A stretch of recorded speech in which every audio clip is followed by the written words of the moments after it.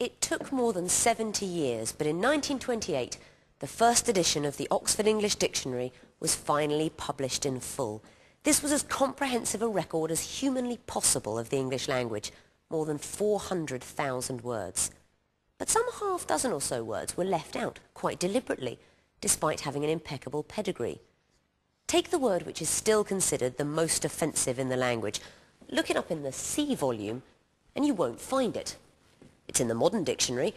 Nevertheless, viewers of a sensitive disposition might wish to look away now. Germaine Greer is not in that camp. We asked her to consider the word's long history and its future. Look inside your dictionary, and L-O-V-E you will see. But nothing in the dictionary will tell you what that word can be. Love is a four-letter word. Love is a four-letter word. By the time you really learn what it is all about, it can drive you crazy, turn you inside out.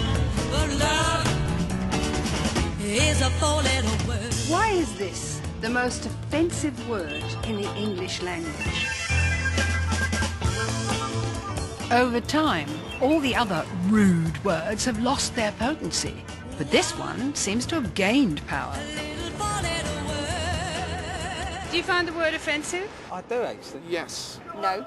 No, I don't. Shouldn't be used about anywhere. If it's someone I don't like, yeah. You would never use it in lovemaking? No. It actually doesn't really bother me. Don't think it's appropriate in civilised company. I have in times used the C word, but I kind of save it for those special occasions when no other word is going to suffice. If you stick your finger in the car door, that's probably the right time and place. It would be more offensive you saying cunt than me saying it. Hear a lady use it, well they're not a lady, are they? Don't like swearing at all, and especially that C word. In the 1970s, I thought this word for the female genitalia shouldn't be abusive. I believed it should be an ordinary, everyday word.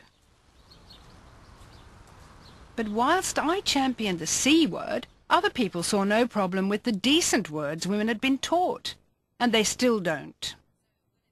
Well, I hear you say she's an educated woman. Why does she have to use the vulgar term? Why can't she use the proper word?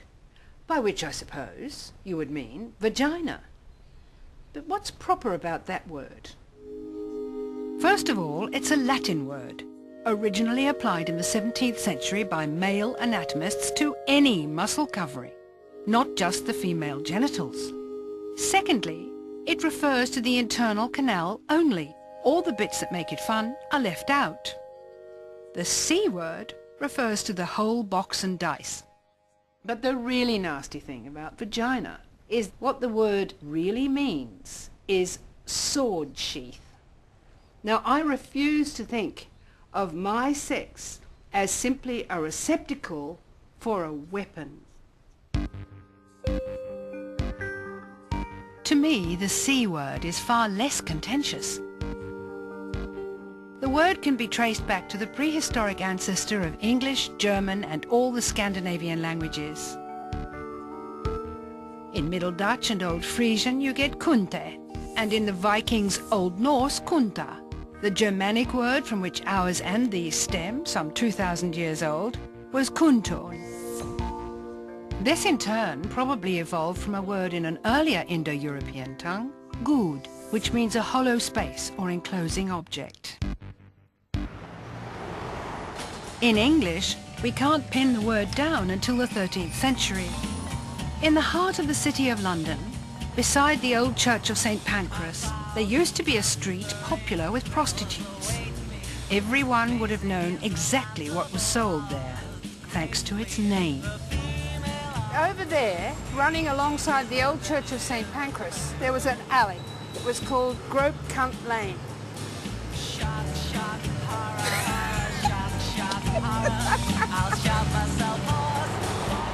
There were grope cunt lanes in many cities. It referred, of course, to the haunt of prostitutes. Though it's fair to say, in some towns it got shortened to Grope Street and then to Grape Street. But for whatever reason, those names have virtually disappeared. My own theory is that people found they could say the name, and as long as the names were vernacular and known only to local people, they could use them. But when you had official street names, unfortunately, the C word had to disappear. Literature, however, always trod more carefully with the word. In the late 14th century, in the comic Miller's Tale, the poet Geoffrey Chaucer puns on it in the line, "He caught here by the quainte," which literally means the peculiar parts. Shakespeare also sidestepped the word when, for instance, in Twelfth Night, Malvolio deciphers Olivia's handwriting with the words, "These be her very C's, her U's and her T's, and thus makes she her great P's." We rarely find it used directly, but in the 17th century one poet chose to use it as a verbal wrecking ball. He was John Wilmot, 2nd Earl of Rochester. A ramble in St James's Park is the ravings of a disappointed man who's failed to satisfy his mistress, who feels completely inadequate sexually, and who cannot stop saying the word. He talks about the men who are running around after his cast mistress, his old girlfriend, so he has to write about them fawning on her like dogs running after a bitch in heat. So proud a bitch does lead about, of humble curs the amorous rout, who most obsequiously do hunt the savoury scent of salt-swoln cunt. Few could get away with using the word as liberally as Rochester did. When lexicographer Francis Gross published his Dictionary of Slang in 1788, he could barely bring himself to print it. Ah, here it is. C asterisk asterisk T. All the other words are written out in full. A nasty name for a nasty thing. God.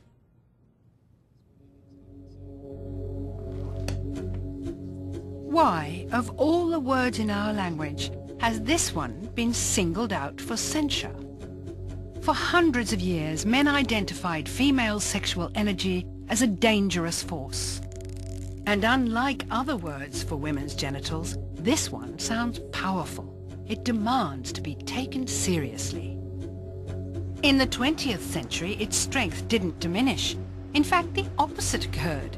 It became the most offensive insult one man could throw at another. There's some sort of a discussion there. The umpire signaling dead ball. In 1987, at a test match in Pakistan, the umpire Shakur Rana accused English captain Mike Gatting of unfair play. When Gatting denied it, Rana called him a fucking cheating cunt. The fracas caused uproar. Yet only one newspaper, The Independent, dared print the expletive-laden exchange in full. Nearly 20 years later, in some quarters, it's used as a term of affection. The artist Sam Taylor Wood has even designed a ruby necklace spelling it out.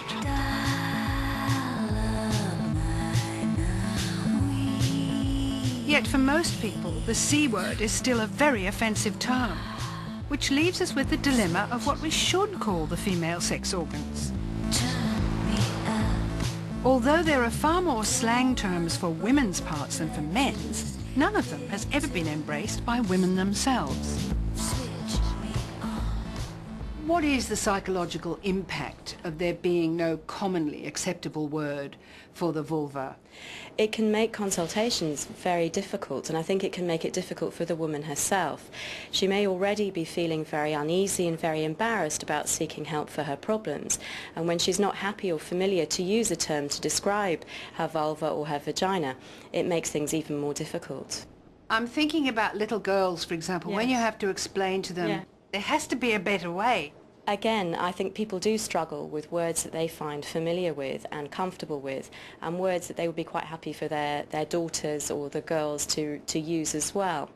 So what people tend to do is rely on historical family accepted words, or make up words, or simply just talk about their bottom and talking about the front and the back. Would you be shocked if a woman said there's something not right with my cunt?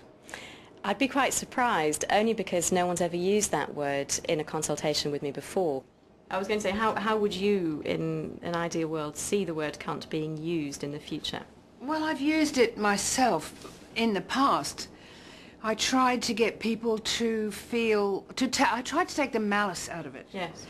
I wanted women to be able to say it. The same way I would say, you think cunt is nasty? I'm here to tell you cunt is nice. Cunt, like black is beautiful, cunt is delicious, cunt is powerful, cunt is strong. It didn't work. And now, in a way, I'm sort of perversely pleased because it meant that it kept that power. You know, I don't think now that I want the C word to be tamed. I love the idea that this word is still so sacred that you can use it like a torpedo. You can hold people below the waterline. You can make strong men go pale. This word, for our female sex, is an extraordinarily powerful reminder of who we are and where we come from. It is a word of immense power to be used sparingly.